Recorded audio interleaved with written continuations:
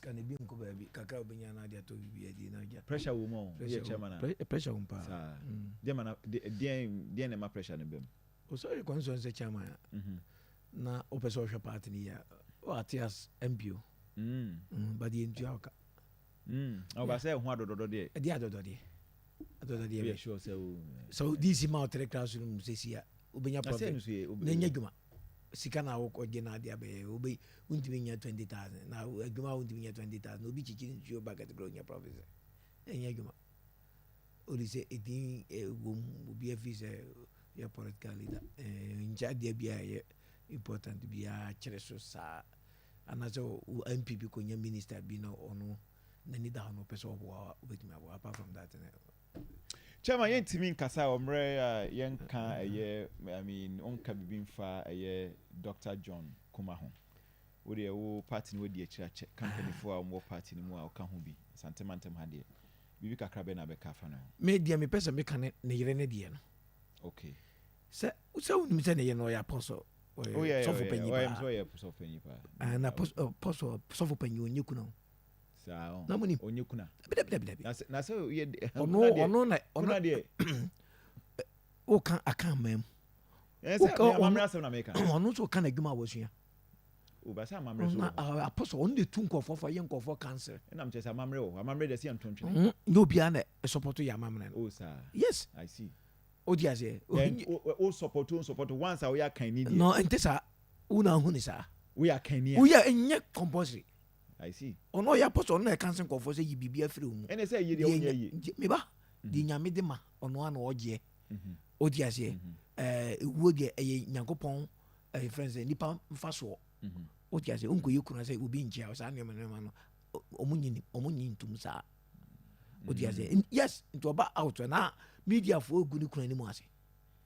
O da ni fi campaign no na japade 45 years oba no so be I think media for nkwa na neka. Dabi enuntia party for no so enuntia party for na the catch media.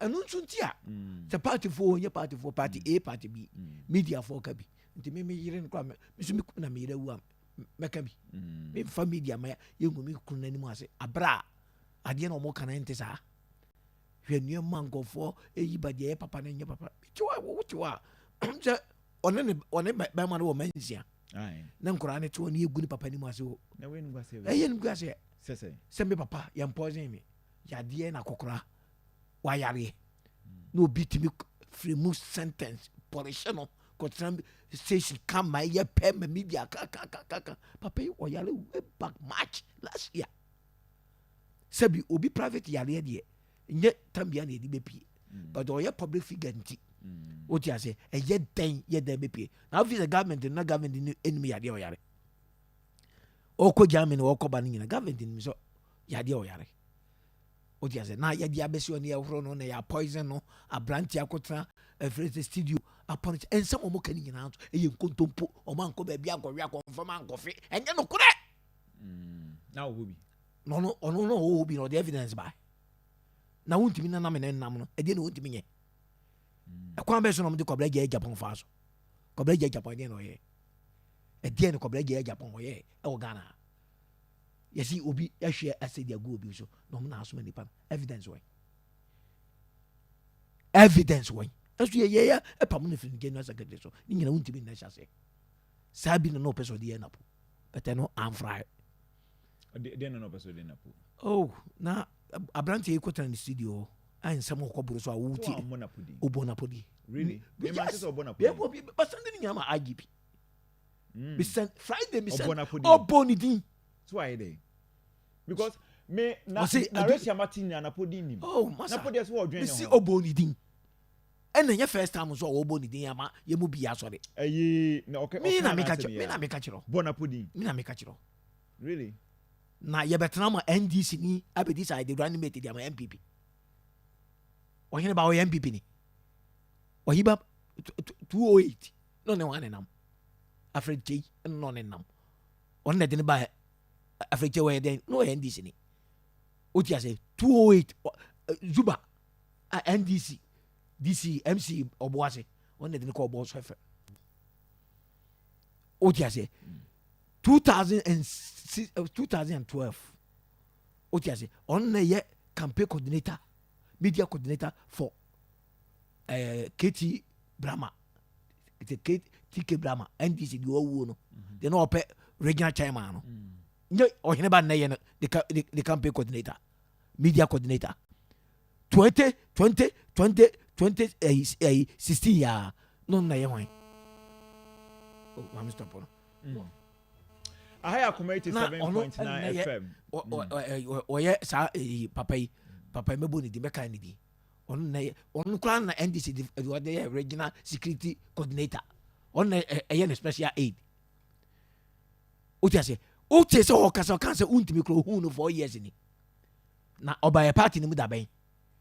On na ebe direct so he dey MPP mpanifo Baumia so mo nyem sick enkofa emponti one particular na one man enubi and yemubi ya sorry say as a chairman of the party maybe once a chairman of the party or you leader of the party I say you are not adiwe no more managing ye if you chairman no your party name managing ye if you chairman no me ka kra no wasam abesi so the sa kra we betimi betra media ebe ma won be kika we a enye ono an newo Force FM no di regional minister Simon Simon Satem na tem die odi ye ena ma afro studio no FM ni wura e ma na se won ko transfer Western region and also won ko December rika oba na ya impro di pa foforo ono de na ma no de be pie enye ono an se untimi ye kronfo okum di pa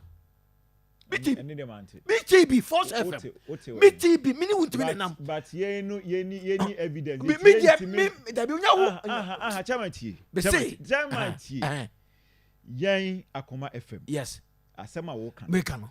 Wo kan me na me ni ho. Akoma FM. Wo asema kura Akoma FM na mai. It me sell. Enti me say me na me tie. Oh ma da bi ma to bo ase. Ma me land me wia.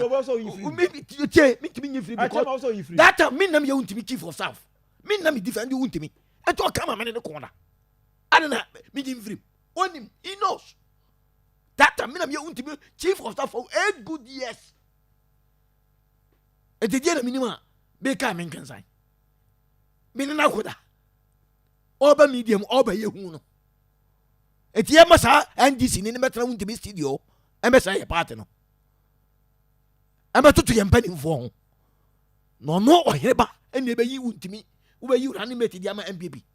Ana unum nyansa cha ba o miehwe ba bi okeka ne nsam ne faaye. O say omoko tamale no. Untimi mu di ewe a confirm. Ono mu di ehuo. Enti nipa ne bi na appoint na tamale wan na di omoko e. Tamale ba o mia campaign ko e won nothing campaign ko tamale ko e campaign. E na mo amoka ho no moko e. That time Akwasi Nti wo obi. Na Akwasi Nti ni obi. That time na waden hu obi. No ni obi. Dia me pesa example na me make. Enti o pa kire se ba o mia kwa na di untimi no. And John Kumah ko se ongo yengo ko om. Abra so anya no kure. Anya no kure. Se no wankasa. Wankasa ba o mia na di untimi na kasa no no. Wo de one particular running mate or more lobby for running mate be di ba mu e den ndi ba mu because any campaign ye and then tro kro so e wo mu a o mu nua ma no mo hihia na ba fa ye ne say that time na ya to ba o mi aba wi e October ba o mi aba ya to no 4th November into running mate be sem ben na wo mo obi kukum obi say na untimi target say untimi ne pese ku no do mo kan nyina e fake e ya danda na o ma sete me na mi wo mbi bi ye bi da kwabra Japan dia amakutu fofia me ka chom sa dia no mo ye ne enti mempre wo dia na wo ye me ka chom sa dia no mo ye no dia no mo ye na omo ya form propaganda de ko to kwabra Japan so ni apam na Africa no na wo su wo mu bi me say tama e kwatan na me ka wo bi me ka chom sa dia ne nyenti ye nyai na me no mo ko na me ko ye enti untimi ye wo ye ne nwa abe na ye untimi ye wo ye ne nwa abe na ye otiate untimi asisa adwuma no de ama ohene ba muntwantum wayare onu bi no kra wono mo kase ye no usi wa hu de no ono mo ketwa no eni ya ntirite no wawo but enne na yire ababonten abekre ampa de ono ni komi kra metwe sabi wo problem me ne me yire nim me bo me yire amane so me wura we ni ade e ha me ti se bia bibi e happen a sei na mo mfa nyame nti kan yire ne ntrase din bien se party no yen se ni kunu ni din abra wo ma na ne makura nzu twam no mo te na FM so a da se ye poison tan obi a mu nya ye tofu nya de ye papa o ti ase ne da che ne ma be kasan ne ebio nso a na yade a ekunu no yade bi wo a e wo papa wo a ne matumi nya ho ana so onim sa o ti ase enti ebe postmortem ya hwe adekura kum we de yenye postmortem no wa ba be kas ye poison no enti ya ma IGP ene chena so mo anche wo hene ba ene na investigation yenye be so ya che wo hene ba e de na ko police me ehunu yes wo ye wan wo hene ba wo ye wan chairman Akwasi Nti be chi wo hene me kwa lam leadi ye be chin sakraman citizen arrest no wo ye wan e kro wo kan on to no boase kra on to no bo so be ye media na da juma oye media juma na oye no ye party no ogu na maye media say no mo juma no mo ye no